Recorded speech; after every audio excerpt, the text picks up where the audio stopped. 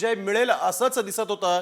लाडकी बहीण असतील, शेतकरी असतील, भाई लाडके भाऊ यांनी देखील आम्हालाच मत दिलं असं त्यांनी म्हटलेलं आहे। एकंदरीतच ही सगळी परिस्थिती पाहिल्यानंतर प्रत्येक पक्ष म्हणजे महायुती जितक्या जोराने आलेली आहे, महाविकास आघाडी एकत्रितच महाविकास आघाडीची असेल, या प्रत्येक पक्षाचं काही चुकलं का सर? काय वाटतं? नाही, आपण मुख्यतः स्नेहिल या संदर्भात चर्चा करत असताना आता एकनाथ शिंदे ज्या स्वरूपाची प्रतिक्रिया देत होते, एकनाथ शिंदेबद्दल ते लाडकी लाडकी लाडकी म्हणत होते, लाडका भाऊ, लाडकी बहीण, लाडकी शेतकरी।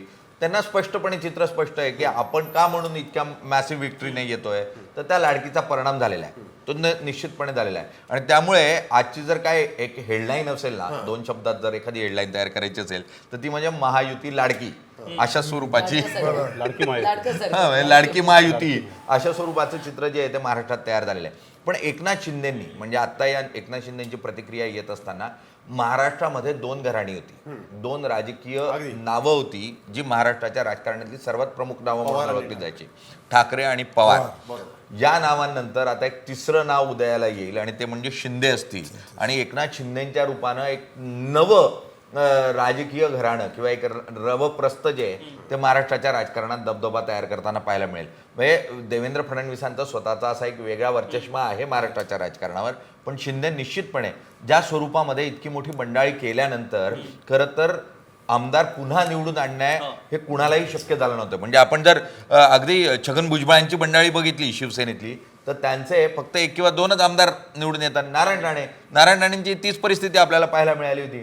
म्हणजे ज्या वेळेला ज्या नेत्यानं आपल्याबरोबर एक गठ्ठा असा बंडखोरी करण्याचा प्रयत्न केला, त्यानंतर त्याला त्याचे आमदार निवडून, म्हणजे शरद पवारांचाही आपले पुलोदचा जर विषय बघितलं तर पुलोदमध्ये एवढं यश हे पवारांच्या हाती आलं नव्हतं। त्यानंतर इंदिरा गांधी प्रणित सरकार आलेलं होतं काँग्रेसचं, आणि त्यामुळे पहिल्यांदा महाराष्ट्राच्या इतिहासामध्ये एखादी नेता आपल्याबरोबर जे बंडखोरी करणारे आमदार होते त्यांना पुन्हा एकदा यशस्वीपणे विधिमंडळामध्ये आणताना आपल्याला पाहायला मिळणार आहे। आणि त्यामुळे हे मोठं यश हे एकनाथ शिंदेच्या नावावर नोंदलं जाणार आहे। आणि फक्त ते काय 40 आमदार जे होते तितक्या पुरतं मर्यादित नाही, तर साधारण 50%चं वाढीव यश हे एकनाथ शिंदेच्या पदरात पडते। आणि त्यामुळे निश्चितच एक मोठा असा वरचष्मा किंवा एक मोहर जी आहे महाराष्ट्राच्या राजकारणावर ते शिंदे या निमित्तानं उमटवताना आपल्याला पाहायला मिळत आहे। अगदी मला मनीषाजींकडे यायचं। मनीषाजी, शिंदे ब्रँड आता जसं सरांनी म्हटलं, शिंदे ब्रँड म्हणून या पुढच्या काळात पाहायला मिळतील, मात्र त्यासोबतच नवी आव्हानं देखील असणार आहेत। सरकारमध्ये काय मिळणार याची अपेक्षा खरं तर वाढलेली असणार आहे, कारण एवढ्या अभूतपूर्व यश म्हणावं लागेल शिंदेसाठी, विपरीत परिस्थितीत मात करत हे यश मिळवलंय। काय नेमकी आव्हानं असू शकतात?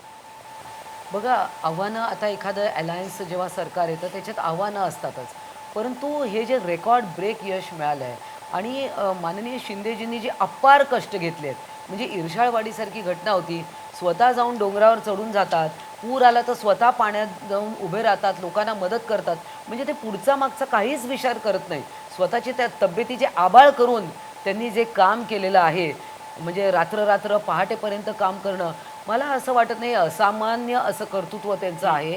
आणि शिंदेजी हे जसं मी मगाशी म्हटलं की महाराष्ट्राचे ते मुख्यमंत्री राहिले, पण आता एक पॉलिटिकल रेकग्नेशन त्यांना वेगळ्या अर्थाने आणि नॅशनल लीडर ते निश्चितच आहे। आणि इतर राज्यात एक मिनिट मुद्दा लक्षात आला, एक महत्वाची बातमी समोर येते यावेळी, एक महत्वाची ब्रेकिंग बातमी यावेळी समोर आली आहे। महायुती सरकारचा 26 नोव्हेंबरला शपथविधी होईल असं सूत्रांनी सांगितलेलं आहे। 25 नोव्हेंबरला संसदीय नेत्याची निवड होणार असल्याचं देखील कळत आहे। महायुती सरकारचा 26 नोव्हेंबरला आता शपथविधी होईल। 24 नोव्हेंबरला भाजपचे निरीक्षक मुंबईत येणार आहेत, उद्याच भाजपचे निरीक्षक मुंबईत येतील आणि यानंतर 25 तारखेला नेत्याची निवड होईल आणि 26ला या संपूर्ण नव्या सरकारचा नेता आणि मुख्यमंत्री पदाची शपथ घेतली जाईल। सरकारचा शपथविधी 26 नोव्हेंबरला होणार आहे असं सध्या तरी दिसतंय। मनीषा गांधी यांच्याकडे तन्मय गेला होता। मनीषा गांधीजी, पुढच्या मुद्द्याकडे आणि पुढचा प्रश्न माझा हाच आहे की 26 नोव्हेंबरला एकनाथ शिंदे शपथ घेतील का?